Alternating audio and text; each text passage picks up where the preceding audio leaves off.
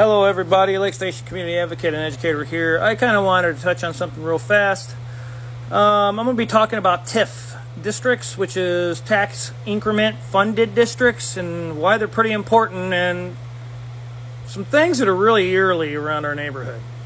But right now I wanted to read this Bible verse, Proverbs 27:17. It says, as iron sharpens iron, so one person sharpens another. And I firmly believe that when a person is not told the full truth and a person is finally told the full truth, people become sharper and more aware of what's going on around them and what can happen.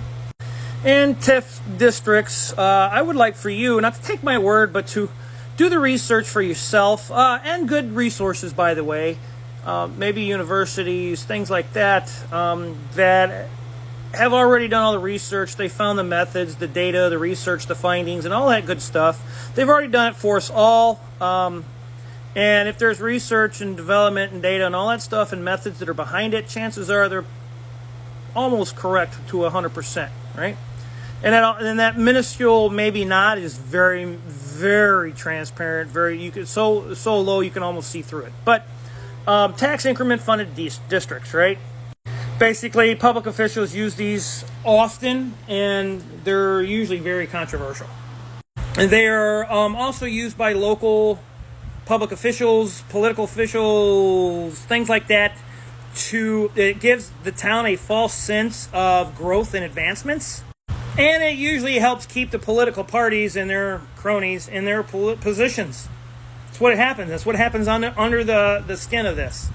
And it tries to make the community officials and administrators and things like that, makes it look like they're doing something, but it's pretty deadly for the community and within itself. And you'll hear a lot of times, but this is the only way to save the town. So it's either we go broke and we don't have nothing for our schools, and they will use the schools, as I mentioned before. They'll hide behind the schools, the youth, and we don't have nothing for our community, so we gotta have it. That's called black or white thinking. It's called either or, but it's black or white thinking. It's the either or fallacy in propaganda.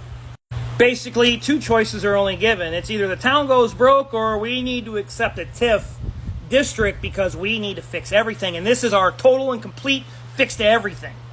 But I encourage you to combat all of this and what goes on and try to use good resources, try to use and make your own conclusions, and take from this what you will, but don't jump aboard the political popularity thing, because we already know how that pans out.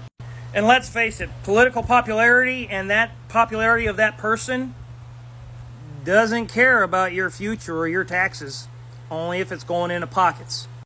But subsidized companies, developers, corporations, basically they get a refund, or taxes are diverted to them through consumer paid taxes for new development or new growth, as it's painted.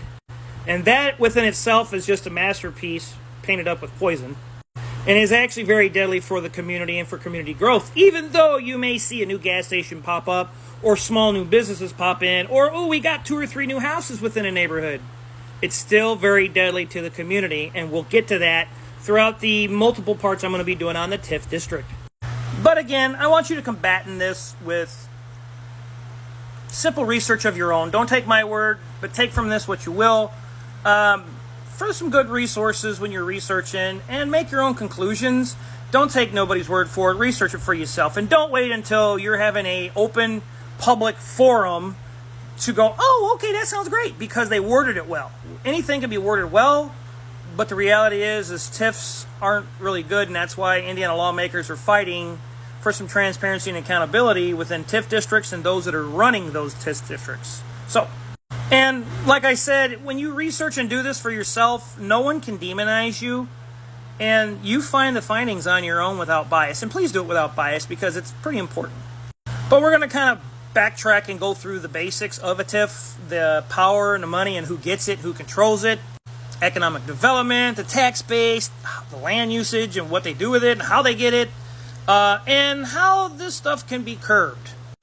And yes, while I've been painted as I'm completely insane and, well, just completely psychotic, with some of my outlandish things. I'm not suffering in it, are you? But I want you to check out Lake Station Strong Towns Collective on Facebook, Lake Station Strong Local Conversations on Facebook. Soon there's going to be a Lake Station Strong Towns Collective website, and there is going to be a YouTube of Lake Station Strong Towns Collective YouTube. So I'll be able to do things on the spot right then and there and all over town, and it's going to be great. So check that stuff out. I'm the Lake Station Community Advocate and Educator. Stay with me for parts 1 through I don't know, because this is pretty long and it gets pretty deep. And I want you to compare this, as always, compare and contrast with what's going on in our community and maybe even those around us. Be the change you want to be the change you want to see. Be an eagle, don't be a crow. Challenge the status quo, because if you don't, you never know what we can achieve together and alone, and for the long haul, by the way. But this stuff's going to get crazy, and it's going to get deep. Stay with me.